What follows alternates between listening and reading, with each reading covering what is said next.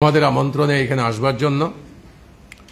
আপনারা ইতিমধ্যেই সকলেই জানতে পেরেছেন যে ভারতের নির্বাচন কমিশন গতকাল অষ্টাদশ লোকসভার নির্ঘণ্ট ঘোষণা করেছে। আমরা সেই পরিপ্রেক্ষিতে আমাদের লোকসভার নির্ঘণ্ট ঘোষণা সম্পর্কে বলবার জন্য আমরা সেই পরিপ্রেক্ষিতে আমাদের লোকসভার নির্ঘণ্ট ঘোষণা সম্পর্কে বলবার জন্য সেই পরিপ্রেক্ষিতে আমাদের সময়ের মধ্যে ঘোষণা করেছে বলবার জন্য আপনারা সবাই জানেন যে উগ্র হিন্দুত্ববাদী শক্তি এবং কর্পোরেট আতাত আমাদের দেশ চালাচ্ছে, যারা উদারীকরণের নীতি প্রয়োগ করার ফলে আমাদের দেশে মানুষ সর্বশান্ত হয়ে যাচ্ছে এবং অভাব অনটনে দুঃখ দারিদ্র্যে তারা ভুগছে। জনজীবনে চরম দুর্ভোগ নেমে এসছে। আমাদের দেশের মানুষের জীবনে অর্থনৈতিক অসাম্য দারুণভাবে বেড়েছে এই সময়ের মধ্যে। এর মধ্যে সবচেয়ে উল্লেখযোগ্য সমস্যা হচ্ছে বেকার সমস্যা। লক্ষ লক্ষ ছেলে মেয়ে লাইনে দাঁড়িয়ে আছে, চাকরি প্রার্থী। চাকরি হওয়া তো দূরের কথা, নির্বিচারে পুলিশ তাদের উপরে লাঠিচার্জ করছে, অন্যায় জেলখানায় ঢুকাচ্ছে। বেকার সমস্যা খুব তীব্র। আকাশ ছোঁয়া মূল্য বৃদ্ধি। নিম্নবিত্ত মানুষ নয়, মধ্যবিত্তরাও বাঁচতে পারছে না। জনজীবনের অত্যাবশ্যক পণ্য অস্বাভাবিকভাবে মূল্য বৃদ্ধি ঘটছে এবং একই সময়ে দুর্নীতি, এর প্রহার প্রমাণ দুর্নীতি। এখন এই দুর্নীতি প্রাতিষ্ঠানিক রূপ গ্রহণ করেছে আমাদের প্রধানমন্ত্রী নরেন্দ্র মোদীজির নেতৃত্বে 10 বছরের সরকারে শেষ সময়ে এসে এটা প্রাতিষ্ঠানিক রূপ পেয়েছে। কাজেই এরকম অবস্থার মধ্যে আমাদের দেশের মানুষের দৃষ্টিকে অন্যদিকে ঘুরিয়ে দেওয়ার জন্য ওদের কাছে একটাই শক্তি, সেটা হচ্ছে ধর্মীয় মেরুকরণ, জাতিগত মেরুকরণ, মানুষকে বিভক্ত করে রাখা। এই মেরুকরণের রাজনীতিতে ওরা অগ্রসর হয়েছে। এই সব ঘটনার পরিণতি হচ্ছে আমাদের দেশের সংবিধান আক্রান্ত। আমাদের এই সংবিধান আক্রান্ত, দেশের গণতান্ত্রিক ব্যবস্থা, আমাদের দেশের ধর্মনিরপেক্ষ গণতান্ত্রিক ব্যবস্থা, আমাদের দেশের যে যুক্তরাষ্ট্রীয় কাঠামো দারুণভাবে আক্রান্ত এই নরেন্দ্র দামোদর মোদীর নেতৃত্বে বিজেপি সরকারের, এনডিএ সরকারের রাজত্বের মধ্যে। এবং গণতন্ত্র, পার্লামেন্ট, বিধানসভাগুলো থেকে আরম্ভ করে শুধু ভোট দেওয়া নয়, এই সংস্থাগুলো পর্যন্ত আক্রান্ত। সাংবিধানিক সংস্থাগুলো, সুপ্রিম কোর্ট, নির্বাচন কমিশন থেকে আরম্ভ করে সাংবিধানিক সংস্থাগুলো পর্যন্ত আক্রান্ত। এমনকি গণতন্ত্রের চতুর্থ স্তম্ভ মোদীর সরকারের যে আতাতের অংশ, কর্পোরেট হাউস, তারা কিনে নিয়েছে অধিকাংশ সংবাদ মাধ্যম। কাজেই এইরকম একটি অবস্থার মধ্যে আমরা বাস করছি এবং আমাদের দেশ দ্রুত একদলীয় স্বৈর শাসনের দিকে ধাবিত হচ্ছে। বামফ্রন্ট এই ব্যাপারে আমাদের উদ্বেগ আমরা প্রকাশ করছি। ভারতের নির্বাচক মণ্ডলীর কাছে, আমাদের রাজ্যের নির্বাচক মণ্ডলীর কাছে এই বিষয়ে তাদের দৃষ্টি আকর্ষণ করবার জন্য আপনাদের মাধ্যমে আমরা অনুরোধ জানাচ্ছি। আমাদের রাজ্যে এখানে ডাবল ইঞ্জিনের সরকার চলছে। এই ডাবল ইঞ্জিনের সরকার, তথাকথিত এই ডাবল ইঞ্জিন এমনভাবে চলছে, গ্রামে শহরে কাজের জন্য হাহাকার, পানীয় জলের জন্য হাহাকার। যখন কোটি কোটি টাকায় আগরতলা শহর সমেত বিভিন্ন শহরগুলোতে মন্ত্রীদের ছবি ছাপিয়ে বিজ্ঞাপন দিচ্ছে, তখন আমাদের দেশের জলের, গ্রামেরগুলোতে জলের হাহাকার, আমাদের রাজ্যে কাজের হাহাকার চলছে। কিরকম হাহাকার? যে রেগা প্রায় বন্ধ, এটা আপনারা জানেন। 110 কোটি টাকা যতটুকু কাজ হচ্ছে তার মধ্যে 110 কোটি টাকা মজুরি বকেয়া। এতে যারা কাজ করেন স্কিমের মধ্যে মজুর না, যারা কর্মচারী হিসেবে তাদেরও বেতন পান না। কাজেই কাজের সমস্যা একটা নিদারুণ সমস্যা ত্রিপুরা রাজ্যের মধ্যে এখন দেখা দিচ্ছে। মাঠগুলো ফাঁকা, জল নেই।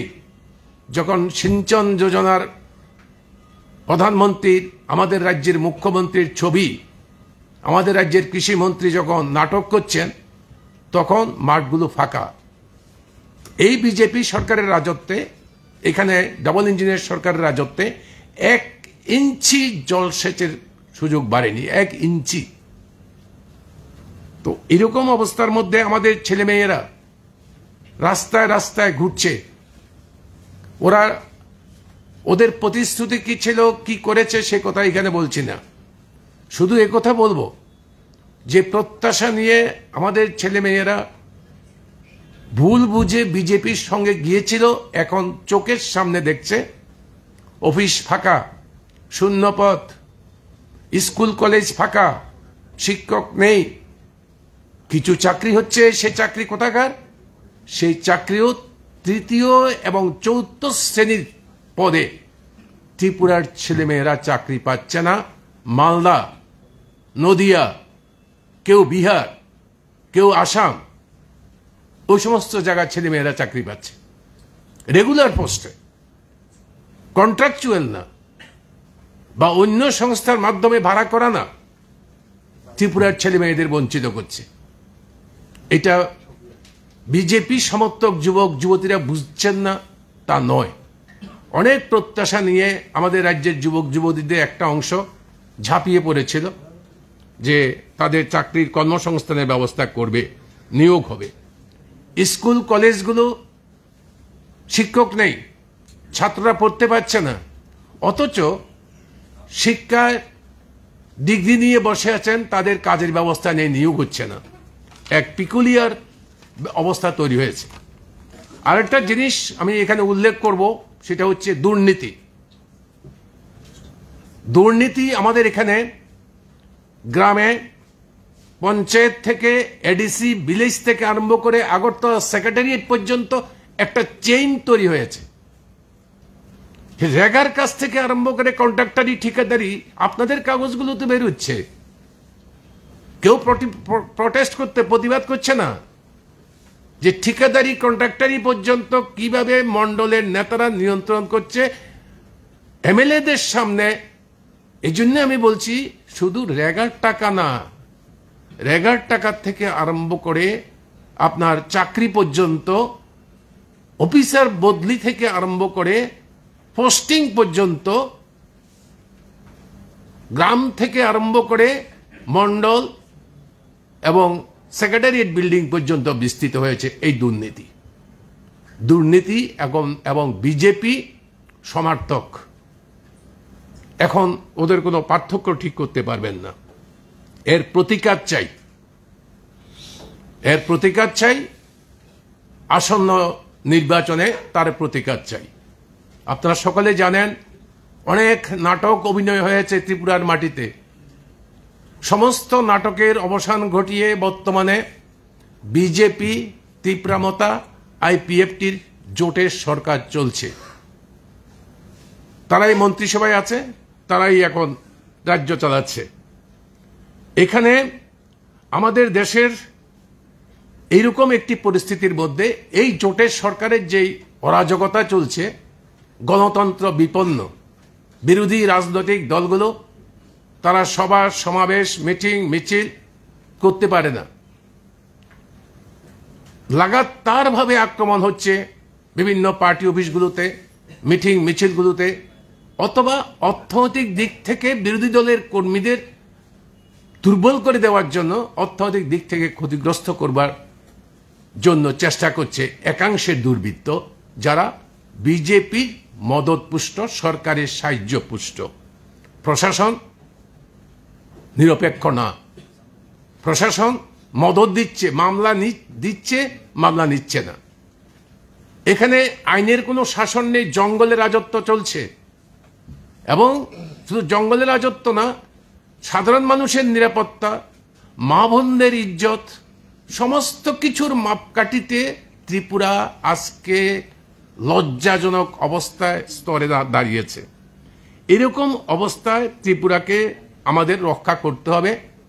ত্রিপুরা বামফ্রন্ট কমিটি এই লোকসভা নির্বাচনকে কেন্দ্র করে আমাদের দেশের ধর্মনিরপেক্ষ গণতান্ত্রিক শক্তিগুলো দিল্লির সরকারকে, বিজেপির নেতৃত্বাধীন যেই সরকার উগ্র হিন্দুত্ববাদীরা চালাচ্ছে, কর্পোরেট আতাত তাদের সঙ্গে এবং উদারীকরণের নীতি নিয়ে চলছে, তাদেরকে দিল্লির মসনদ থেকে নামানোর জন্য, টেনে হিসেবে নামানোর জন্য অষ্টাদশ লোকসভা নির্বাচনে ধর্মনিরপেক্ষ গণতান্ত্রিক দলগুলো ইন্ডিয়া ব্লকের মধ্যে সন্নিবেশিত হওয়ার চেষ্টা করছে।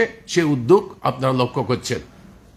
আমরা ত্রিপুরা রাজ্যের মাটিতে ইন্ডিয়া ব্লকের সেই উদ্যোগকে ত্রিপুরা বামফ্রন্ট কমিটি স্বাগত জানাচ্ছে এবং আমরা এই রাজ্যের মাটিতে আমরা বামফ্রন্ট ইন্ডিয়া ব্লকের অংশীদার হয়ে আমরা এখানে বিজেপি, মথা, আইপিএফটি জোটের সরকারের বিরুদ্ধে জনমতকে এক জায়গায় সন্নিবেশিত করতে আমরা সিদ্ধান্ত গ্রহণ করেছি এবং তার জন্য আমরা আমাদের প্রার্থী সেভাবে আমরা মনোনয়ন করেছি। আমরা পূর্ব ত্রিপুরা সংরক্ষিত আসনে তফসিল উপজাতি সংরক্ষিত আসন, সেই সংরক্ষিত আসনে আমাদের প্রার্থী হবেন বামফ্রন্টের সিপিআইএম প্রার্থী রাজেন্দ্র রিয়াং। উনি আমাদের রাজ্য সম্পাদক মণ্ডলীর সদস্য। উনি আপনারা অনেকে জেনে থাকতে পারেন, ওনার বাবা সর্বজয় রিয়াং সন্ত্রাসবাদীদের হাতে শহীদের মৃত্যুবরণ করেছেন। সেই বীরের সন্তান আমাদের এখানে পূর্ব ত্রিপুরার লোকসভা আসনে বামফ্রন্টের সিপিআইএম প্রার্থী। উনি কাস্তে হাতুড়ি তারা প্রতীক চিহ্নে উনি নির্বাচক মণ্ডলীর আশীর্বাদ চাইবেন, সমর্থন চাইবেন এবং আমরা তাকেই বামফ্রন্ট কমিটি মনোনয়ন করেছি। আপনারা জেনে থাকবেন যে ভারতের নির্বাচন কমিশন আমাদের রাজ্য বিধানসভার একটি শূন্য আসন, রামনগর বিধানসভার শূন্য আসনের জন্য নির্বাচন ঘোষণা করেছে। এই শূন্য আসনে রামনগর বিধানসভার যে রামনগরে ত্রিপুরা বিধানসভার যে শূন্য আসন, সেই শূন্য আসনে বামফ্রন্টের সিপিআইএম প্রার্থী হবেন কমরেড রতন দাস। উনি আমাদের পার্টির সিপিআইএমের পশ্চিম জেলা কমিটির সম্পাদক এবং প্রাক্তন বিধায়ক। এই নির্দিষ্ট রামনগর বিধানসভা কেন্দ্র থেকে উনি নির্বাচিত হয়েছেন। আমরা বামফ্রন্টের তরফ থেকে আমাদের রাজ্যের সমস্ত ধর্মনিরপেক্ষ গণতান্ত্রিক সংগঠন, রাজনৈতিক দল, ব্যক্তিবিশেষ সবার কাছে আবেদন করব আমাদের এই প্রার্থীদের বিপুল ভোটে জয়যুক্ত করে এই বিজেপি, আইপিএফটি, মথা যে সরকার, সেই সরকারের মুখের উপর জবাব দিন, যেন ত্রিপুরার মানুষ তার গণতান্ত্রিক অধিকার প্রতিষ্ঠিত করতে পারে। রুটি রুজি, অন্ন, বস্ত্র, বাসস্থান, শিক্ষা, স্বাস্থ্যের অধিকারের জন্য সামনের দিনগুলোতে আরও জোরদার আন্দোলন সংগঠিত করতে পারে। কমরেড রাজেন্দ্র রিয়াংকে লোকসভা কেন্দ্রে এবং কমরেড আপনার রতন দাসকে রামনগর বিধানসভা কেন্দ্রে জয়যুক্ত করে আপনারা এগিয়ে যাবেন। আপনাদের মাধ্যমে ত্রিপুরার নির্বাচক মণ্ডলীর কাছে জাতি, ধর্ম, বর্ণ, সম্প্রদায়, নারী পুরুষ নির্বিশেষে, লিঙ্গ নির্বিশেষে সকলের কাছে আমাদের বিনম্র আবেদন নির্বাচক মণ্ডলীর কাছে যে আপনারা আমাদেরকে সমর্থন করুন। দ্বিতীয় বিষয় হচ্ছে আমরা নির্বাচনে যাব এবং নির্বাচন কমিশন সেই নির্বাচন পরিচালনা করবে। নির্বাচন কমিশনের অতীতের ভূমিকা গৌরবোজ্জ্বল না। আমরা চাই ভারতের নির্বাচন কমিশন এবং ত্রিপুরা নির্বাচনের দায়িত্বপ্রাপ্ত আধিকারিকরা নিরপেক্ষ, সুষ্ঠু, অবাধ নির্বাচনের যে পরিমণ্ডল তৈরি করার দরকার, তারা সেই পরিমণ্ডলে তৈরি করতে উদ্যোগ নেবেন, সাহসী ভূমিকা নেবেন। মনে রাখতে হবে, ত্রিপুরার নির্বাচন আধিকারিকদের যে ভারতবর্ষের নির্বাচন কমিশন নির্বাচন ঘোষণা করার পরে আপনাদের পবিত্র সাংবিধানিক দায়িত্ব যে আপনারা একজন নাগরিকের নির্বাচনী অধিকার, সে অধিকারকে নিশ্চিত করা, প্রত্যেকটি রাজনৈতিক দল যেন সমান সুযোগ পায়, সমান অধিকার ভোগ করতে পারে, তা নিশ্চিত করার দায়িত্ব ভারতের নির্বাচন কমিশনের। এবং তা ত্রিপুরার নির্বাচন আধিকারিকরা যেন অক্ষরে অক্ষরে তা পালন করতে পারেন। অবাধ, শান্তিপূর্ণভাবে আমাদের রাজনৈতিক দলগুলো ত্রিপুরায় কর্মরত এবং যারা নির্বাচনে প্রতিদ্বন্দ্বিতা করবেন তারা যেন স্বাধীন মতামত প্রকাশ করতে পারে, নির্বাচক মণ্ডলী তার ব্যবস্থা করবেন, এটা আমরা দাবি করছি আমাদের বামফ্রন্টের তরফ থেকে। আমাদের 4টি পার্টির নেতারা এখানে আছেন, তারা বাকি কিছু বিষয় তারা এখানে যুক্ত করবে।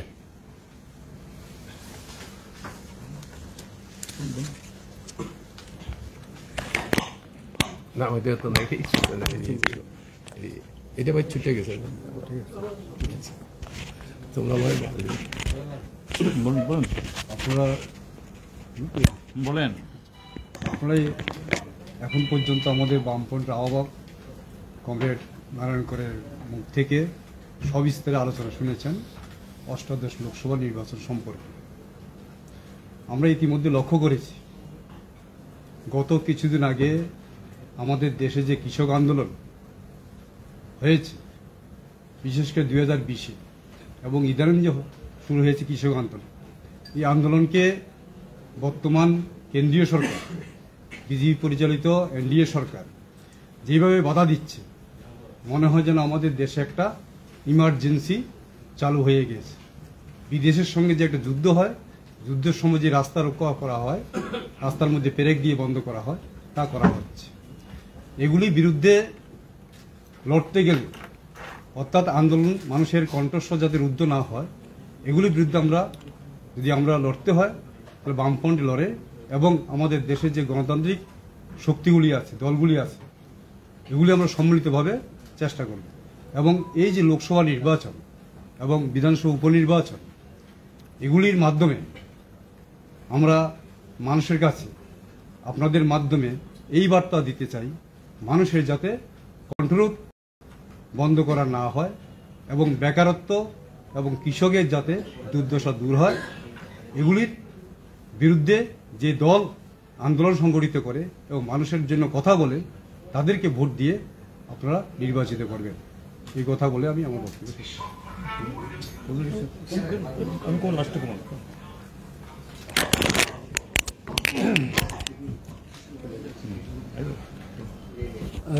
শুভ সন্ধ্যা।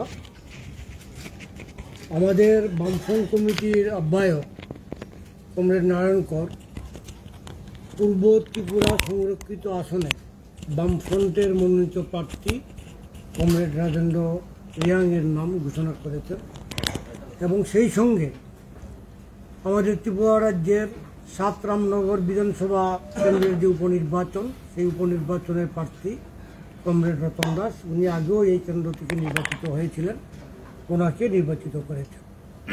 কমরেড রাজেন্দ্র রিয়াং তার রাজনৈতিক জীবনের শুরুতেই ত্রিপুরা সহিত জেলা পরিষদের ইএমডি হয়েছে, এক্সিকিউটিভ মেম্বার হয়েছিলেন, ইএম হয়েছিলেন এবং পরবর্তী সময়ে উনি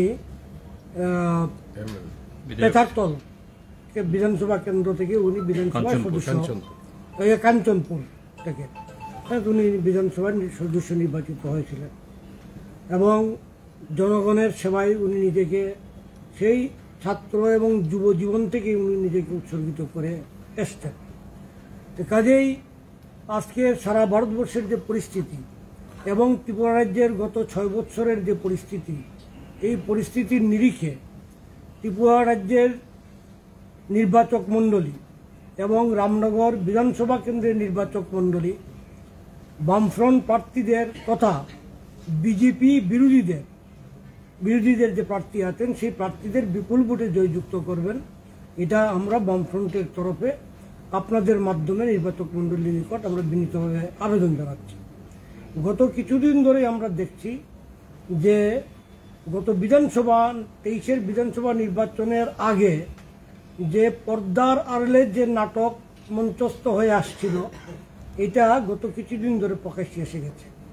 তো কাজেই ত্রিপুরা রাজ্যের জনজাতিদের স্বার্থ রক্ষায় অতন্দ্র প্রহরী একমাত্র বামফ্রন্ট, বাম দলগুলো, এটা প্রমাণিত। তো কাজেই এবারে অতি সম্প্রতি তীব্রামতা এবং বিজেপি যে আতাপ যেটা প্রকাশ্যে এসেছে, এতদিন ছিল এটা পর্দার আড়ালে, এবং সেই মথার সুপ্রিমোর নিকটাত্মীয়াকে বিজেপির প্রতীকে প্রার্থী করার যে বিষয়টি, এটা নিশ্চয়ই এ রাজ্যের যে হা ভাত হা অন্ন হা বস্ত্র যে উপজাতি অংশের যে মানুষ, জনজাতি অংশের মানুষ, তারা কোনোভাবেই মেনে নেবেন না বলে আমাদের আত্মবিশ্বাস। এবং তারা এর প্রতিফলন, এই যে এদেরকে যে ব্যবহার করা হয়েছে, এই কখনো ত্রিপ্লাল্যান্ডের নামে, কখনো গ্রেটার ত্রিপ্লাল্যান্ডের নামে এদেরকে যে প্রবঞ্চিত করা হয়েছে, প্রতারণা করা হয়েছে, এর সমুচিত জবাব তারা এই বিজেপি বিরোধী প্রার্থীদের জয়যুক্ত করে তারা সমুচিত জবাব দেবেন। এটাই আমরা নির্বাচক মণ্ডলীর নিকট আমরা উদ্ধত্তভাবে আহ্বান জানাচ্ছি বামফ্রন্টের তরফ। কিছু বলবেন? বন্ধুরা, আমি শুধু কয়েকটা পয়েন্ট আমি যুক্ত করব। প্রথমত হলো, আপনি শুনেছেন আমাদের আহ্বায়ক বলেছেন সর্বভারতীয় ক্ষেত্রে যে ইন্ডিয়া ব্লক হয়েছে,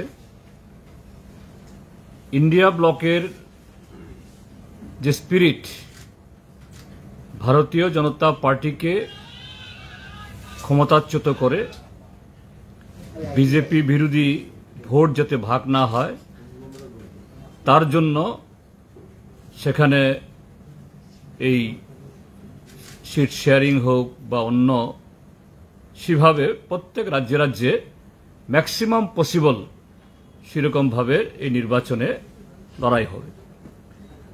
তো এখানে আজকে আমরা পূর্ব ত্রিপুরা সংরক্ষিত আসনের জন্য আমাদের প্রার্থীর নাম আমরা ঘোষণা করেছি একটু আগে। তো পশ্চিম ত্রিপুরা আসনে এখানে ভারতীয় জাতীয় কংগ্রেস ইতিমধ্যেই তাদের প্রার্থীর নাম ঘোষণা তারা করেছেন, শ্রীযুক্ত আশিস কুমার সাহার নাম। আমরা যে এই দুটি কেন্দ্রেই, শুধু পূর্ব ত্রিপুরা কেন্দ্রে না, পশ্চিম ত্রিপুরা কেন্দ্রেও যাতে বিজেপি বিরোধী ইন্ডিয়া ব্লকের এই প্রার্থী যাতে তার জয় সুনিশ্চিত হয় তার জন্য সর্বাত্মকভাবে আমরা লড়ব। একসাথে সর্বত্র আমাদের প্রচার সেভাবে যায়, মানুষের কাছে আমরা সে আবেদন আমরা নিয়ে যাব। দ্বিতীয় হল যে এই নির্বাচনে ত্রিপুরার যে জনগণের জন্য, যদিও এটা অব্যক্ত ছিল না, ত্রিপুরাজ্যের মানুষ যথেষ্ট সচেতন, কিন্তু সময়ের সারণীতে কখনো কখনো যে সত্য বা বাস্তব যতই রূঢ় হোক, এটাকে যারা সময়কে পেছন দিকে ঠেলে নিয়ে যেতে চায়, মানুষের শুভ চিন্তা ভাবনা,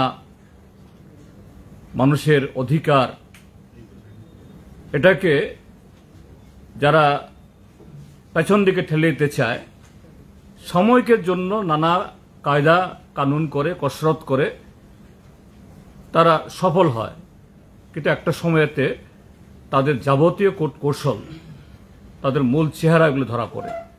এখানে আমাদের আহ্বায়ক বলেছেন অনেক, আমি সেগুলো যাচ্ছি না। এটা হলো যে একটু আগে আমাদের সাথী বলেছেন যে ভারতীয় জনতা পার্টির সাথে ত্রিপুরা মথার তাদের একটা সময়তে আড়ালে আবডালে এখন প্রকাশ্যে, এবং দুদিক থেকেই এটা ভারতীয় জনতা পার্টির দিক থেকেও তাদের যে রাজনৈতিক দেউলিয়াপনা, অর্থাৎ তারা মুখে যে কথা বলে রাষ্ট্রবাদ, দেশের সার্বভৌমত্ব, সংবিধান, মহাত্মা গান্ধীর প্রতি তাদের শ্রদ্ধা, বল্লভভাই প্যাটেলের প্রতি তাদের আনুগত্য, এটা যে ঠুনকু, এটা এরকম কিছু কিছু ঘটনাতে সর্বভারতীয় ক্ষেত্রেতেও এবং কোনো অঞ্চলের বা রাজ্যের ক্ষেত্রেতেও এটা ধরা পড়ে যায়। এই যে মথার সাথে তাদের যে রাজনৈতিক যে হলো, আঘাত হলো, আমরা দেখেছি বহু নাটক টাটক করে এটা এগ্রিমেন্ট হয়েছে, চুক্তি হয়েছে। চুক্তিটা ভারতীয় জনতা পার্টির সাথে না, চুক্তি হলো ত্রিপুরা মথা দলের সাথে ভারত সরকার এবং ত্রিপুরা সরকার। এবং সেখানে যে কথাটা ত্রিপুরা রাজ্যের প্রতিটি মানুষের কাছে, প্রিন্ট বা ইলেকট্রনিক মিডিয়ার প্রতিটি অক্ষরে, প্রতিটি তাদের চ্যানেলে অসংখ্যবার উচ্চারিত হয়েছে, গ্রেটার ত্রিপুরা ল্যান্ডেই একমাত্র সলিউশন, এবং গ্রেটার ত্রিপুরা ল্যান্ড ছাড়া আর কোনো ধরনের আন্ডারস্ট্যান্ডিং, কোনো ধরনের বোঝাপড়া এবং তাদের আন্দোলন থামবে না। কিন্তু এগ্রিমেন্টে এগুলোর কিছু উল্লেখ নেই, ভাষা কিছু কথাবার্তা। অর্থাৎ তার আগে এনসি দেববর্মার সাথে যেরকম ভাবে এরকম চুক্তি না হলেও পরবর্তী সময়েতে এই এম্পাওয়ার কমিটি বা মোডালিটি কমিটি করার চেষ্টা হয়েছিল 6 বছরে, কোনো ডিম প্রসব করেনি। এটা তারই পুনরাবৃত্তি। কিন্তু আমরা দেখলাম যে চুক্তি করে ফেরত আসে নাটক টাটক করে, এরা এত বাজি পোড়ালো, আবার সে সরলমতি ত্রিপুরা রাজ্যের পাহাড়ের জনগণকে নানাভাবে এই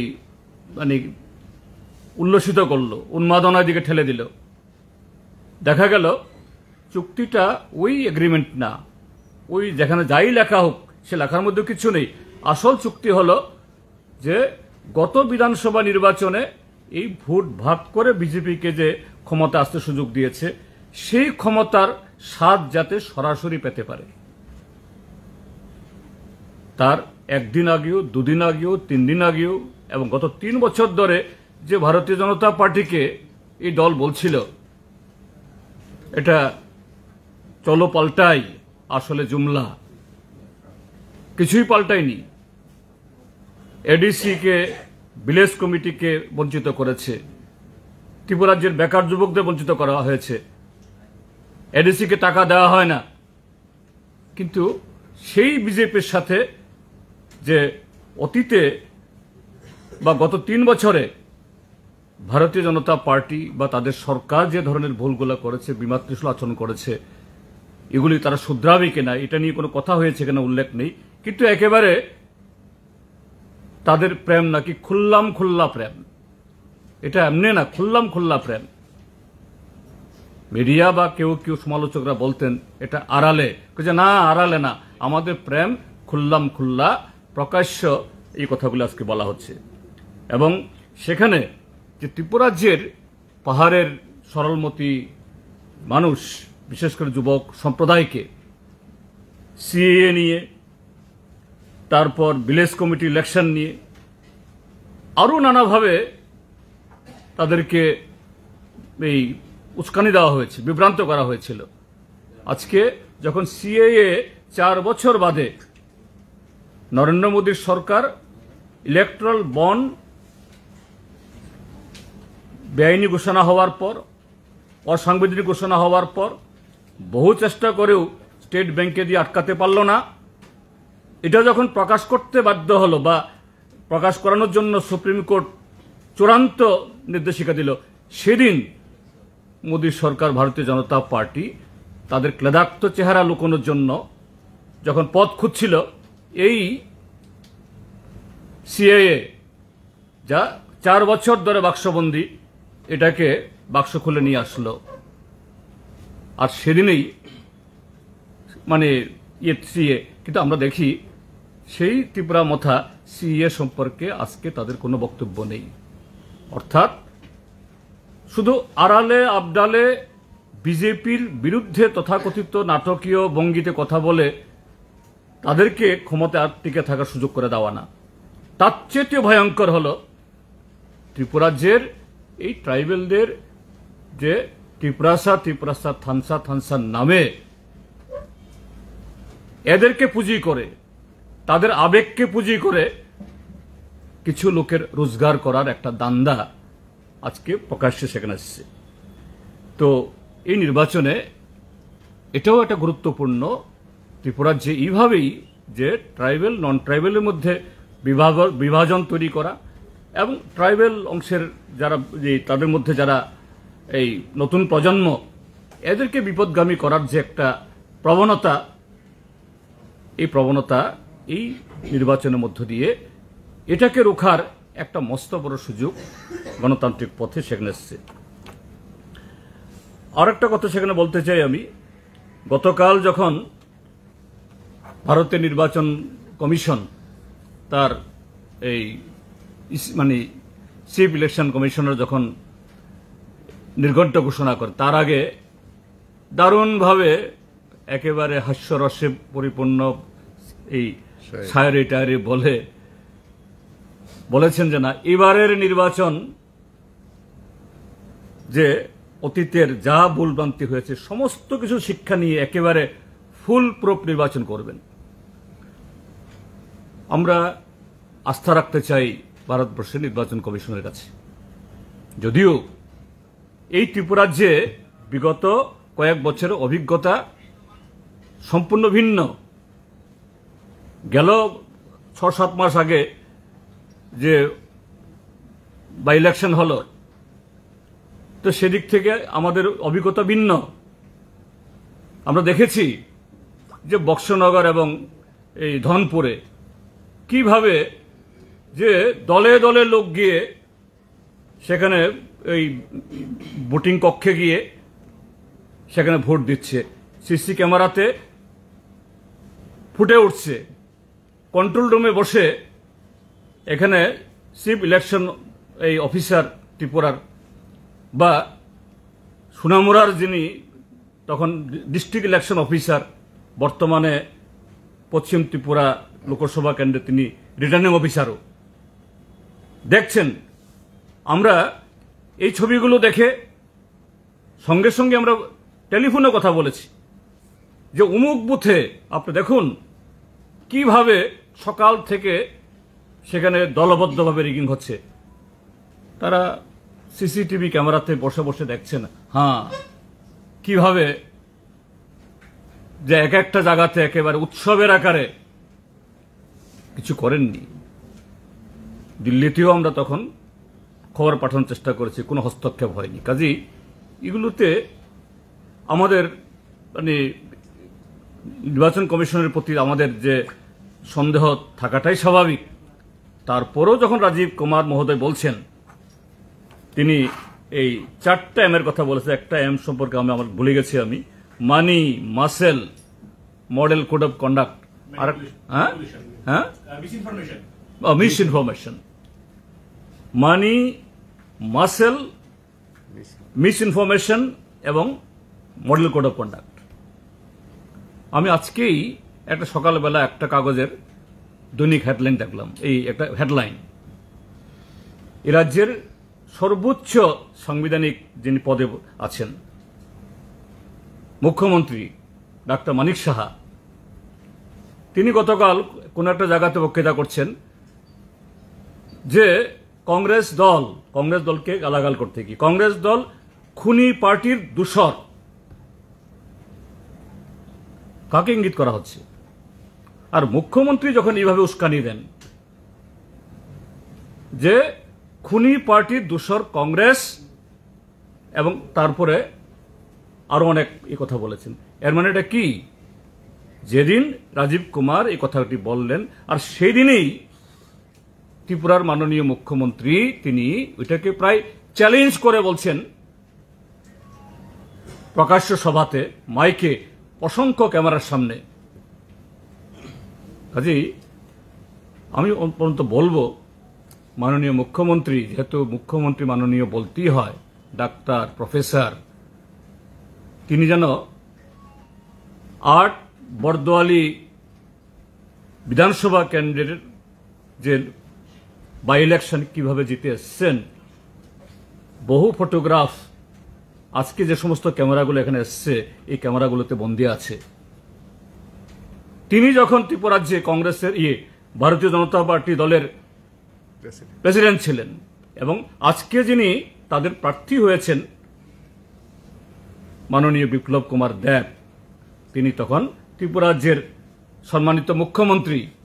কিভাবে ত্রিপুরাজ্যে গণতন্ত্র জবাই হয়েছে, গণতন্ত্রকে খুন করা হয়েছে। কাজেই একটু এই কথাগুলি বলার ক্ষেত্রেতে একটু তারা মনে রাখুন, সরকার আপনারা আছেন, আস্ফালন দিচ্ছেন যে 400 বেশি আসন নিয়ে আসবেন, কিন্তু এইভাবে গণতান্ত্রিক পরিবেশকে, ভোটের পরিবেশকে কলুষিত করবেন না। তো এই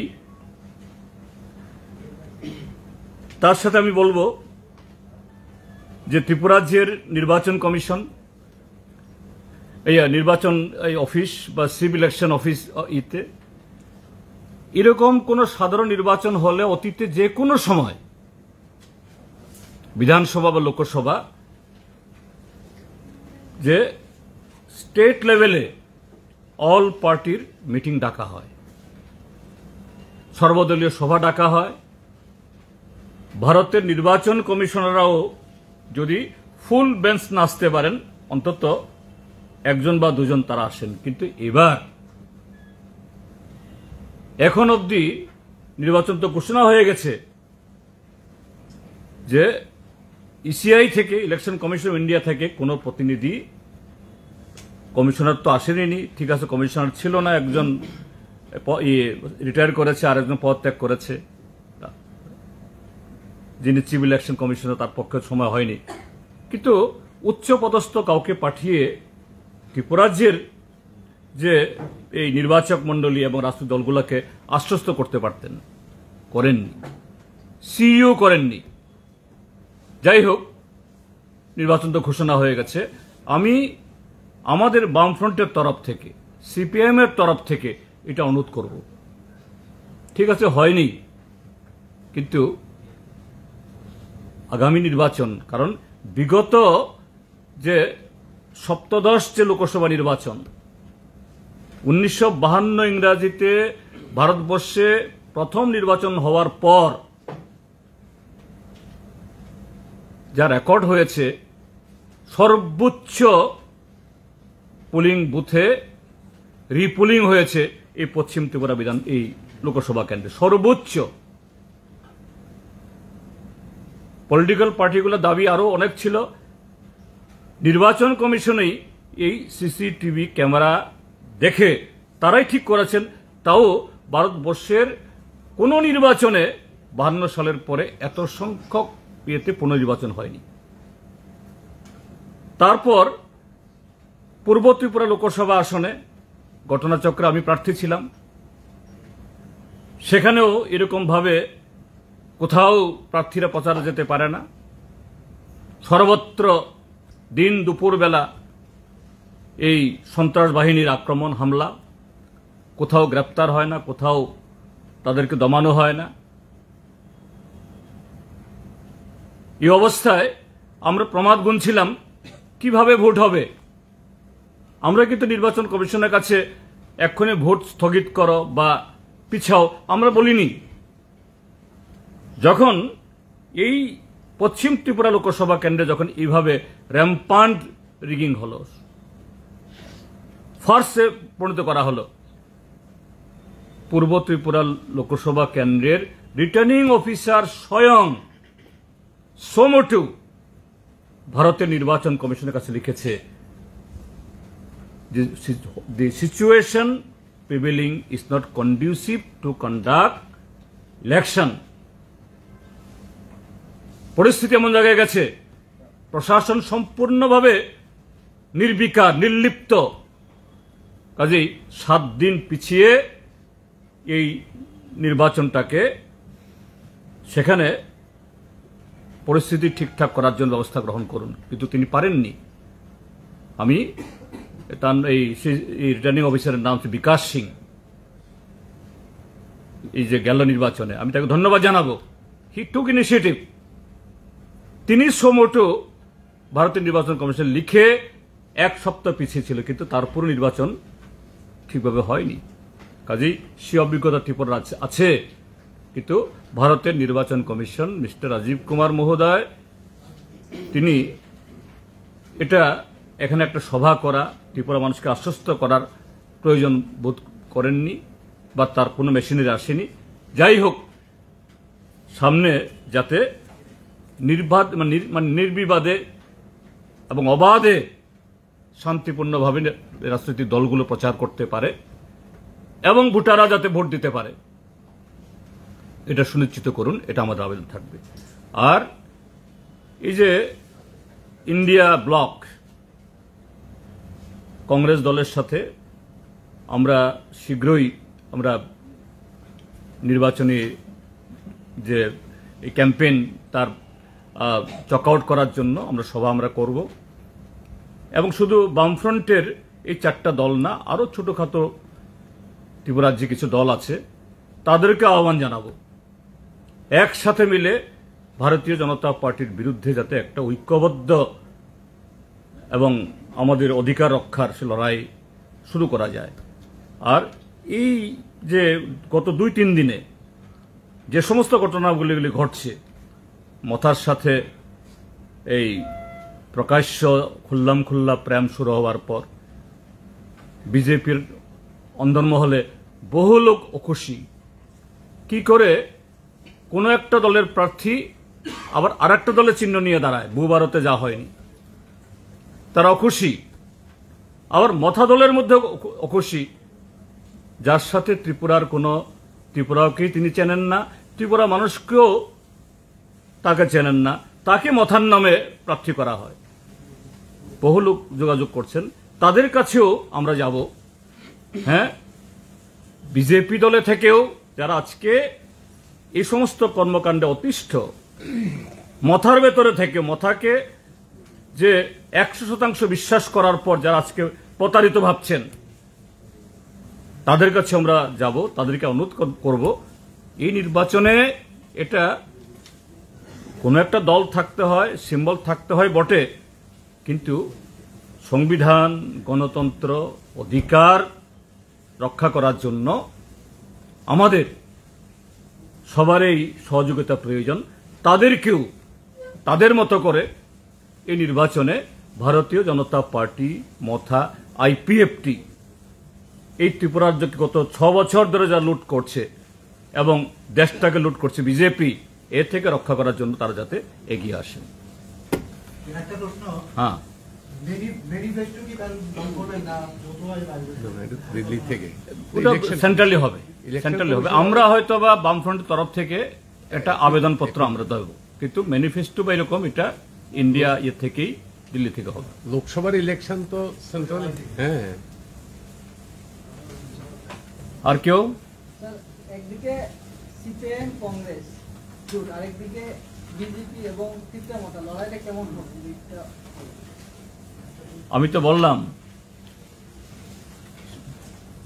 অবাধ শান্তিপূর্ণ অর্থাৎ ফ্রি ফেয়ার ইলেকশন যদি হয়, ত্রিপুরা রাজ্যের মানুষ তাদের যে অভিব্যক্তি নানাভাবে প্রকাশিত হচ্ছে, সে কারণেই তো যে এই অপ্রকাশ্য প্রেম এখন প্রকাশ্য প্রেমে নিয়ে আসতে বাধ্য হয়েছে। তো এদের অবস্থাটা কি? ইভেন গত বিধানসভাতে যে পার্সেন্টেজ ভোট পেয়েছে, যারা দিয়েছে, তারাও তাদের প্রতি খুশি নয়।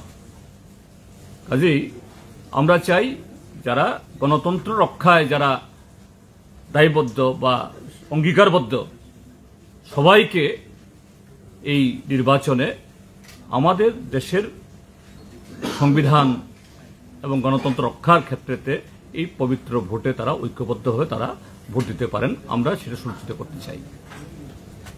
Sir, the allegation on the alliance that India alliance is that from the ruling party and the Mota, which is now an ruling party, is that you people have been fighting against each other. Now all of a sudden, for coming or gaining the political power, you have come together. This is very much unethical, and how come you can come together? What is the difference? No, never. In no election, we had fought each other. That is, we fought together. That is, we have fought within us, because during the last assembly election, Motha also campaigning against the BJP. BJP is anti-tribal, anti-ADC, anti-people, anti-youth, corrupt. You go by the hundreds of video clippings of the Motha leaders. So while they also attacking or appealing before the people to defeat BJP, that time, and they also appealing to us, that let us join a hand together to defeat BJP. Then we reacted, we responded, but finally they backed out. So we have never fought together. Rather, yes, what you said, we fought each other, and now also we'll be fighting each other against them. That time in different way, now directly, transparently it is, that is which, where, what is black, what is white. It is totally, that is transparent before the people of the state. The question was that you have fought against each other, that is the Congress and the... Oh, no, that's true. That's true. That's true. In Tripura, earlier, Congress was the only our, what I'll say, opposition. There was no other party.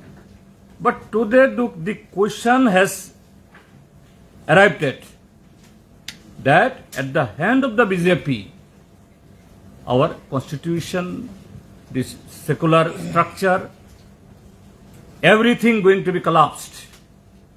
What our convener said, that the corruption, nepotism, it has been institutionalized. How the electoral bond, it has been enacted. And now there are very popular chanting now. ये जो electoral bond, ये तो trailer है, PM cares picture होके निकलेगा. ये trailer आया है, सिर्फ ट्रेलर. पीएम केयर्स, वहां पे भी thousands of crores have been amassed by BJP unconstitutionally. So if this sort of attempt destroying our polity, our constitution, it cannot be checked, then India will not remain as India today. So that's why we have come together with the greater, what I'll say, responsibility to save our country. আরেকটা জিনিস দেখবেন, এই যে শুনুন, আরেকটা জিনিস দেখবেন, this is the India. এখানে ভারতবর্ষে যখনই একটা শক্তি দেশকে বিপন্ন করার জন্য উদ্গ্রীব হয়ে ওঠে, বেপুরা হয়ে ওঠে, তখন তার বিরুদ্ধবাদী সবগুলো শক্তি এক হয়েছে.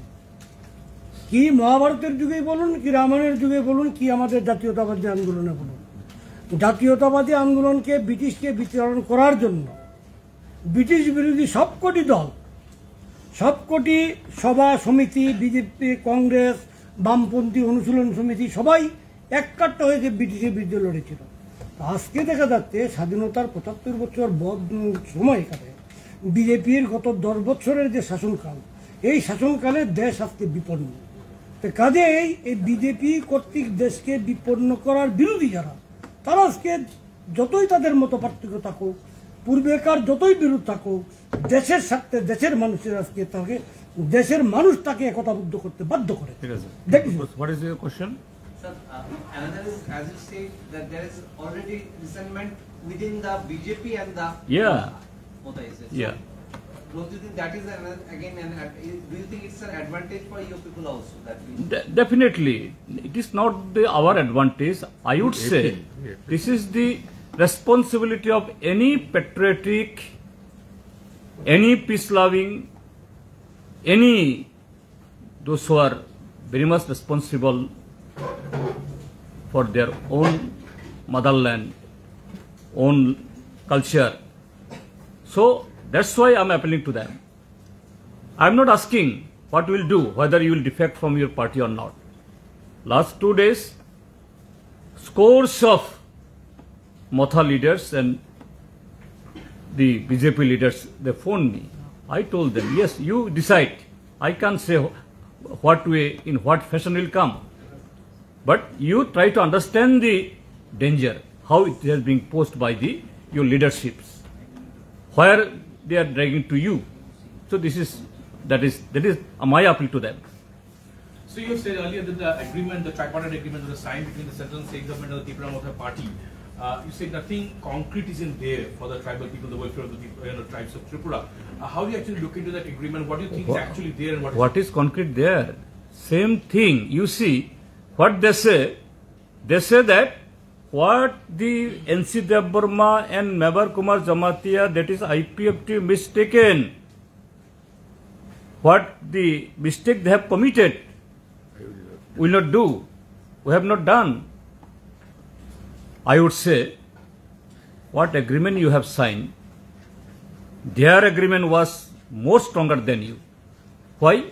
Because in 2018 assembly campaign, from this same dais, from which dais and from which platform, Prime Minister India also addressing to the people, from that mic, same mic, N.C. Dev Burma, he addressed that Prime Minister is here. He is hearing. He is our witness. After formation of the BJP IPFT government, within 6 months, Tripura land will be, that is, given. And Prime Minister also clapped. So now they are the witness is the Amit Shah. That time the witness was the Prime Minister. So if it is mistaken, then what would be your product? So that I am saying. Nothing. And similar that working group or joint working committee, that was there in the name of the modality committee and empowered committee. What it has yielded? Nothing. But they say that this agreement has a greater scope for what they were in the main demand. They say this has a greater scope, religious, cultural. It is like the Greater Tripura land. That time, initially, what has been, that is, the dream was, that is, showed that Greater Tripura land, not only within Tripura, Greater Tripura land, its boundary would be Myanmar. Entire Chittagong hill tracts will be included there. Then part of Mizoram, part of Assam. So anybody else can claim it. And what has happened today? Now even village committee also not functioning. Where is that greater? So they can say. So people are realizing, people are understanding. Is there in the agreement, is there any para where they committed that we will not take any movement, any situation that unfairs the government? They signed by the Tripura Motha people. This is also there. And it is implied now, It is after implied now. CAA rule has been notified, not they a are silent. single word from They are silent. their side. So, there in that accord, in that agreement, there is one line. The Tripura Motha, they would not resort to any kind of movement until and unless this is implemented. So, when it will be implemented, nobody knows. But their hands were tightened. Do you think Tripura Motha is silent on CAA because of this embargo and holding movements in the tripartite accord? Not only that, Tripura Motha already, because you see, because they have now waited. So whatever you see, it is, I'm not asking only Tripura Motha, but simultaneously I'm asking the BJP also, that Tripura Motha yesterday also someone is the claiming, no, there will be, हम करके रहेंगे. क्या करके रहेंगे? Greater Tripura land. I ask now whether BJP they considered to this demand.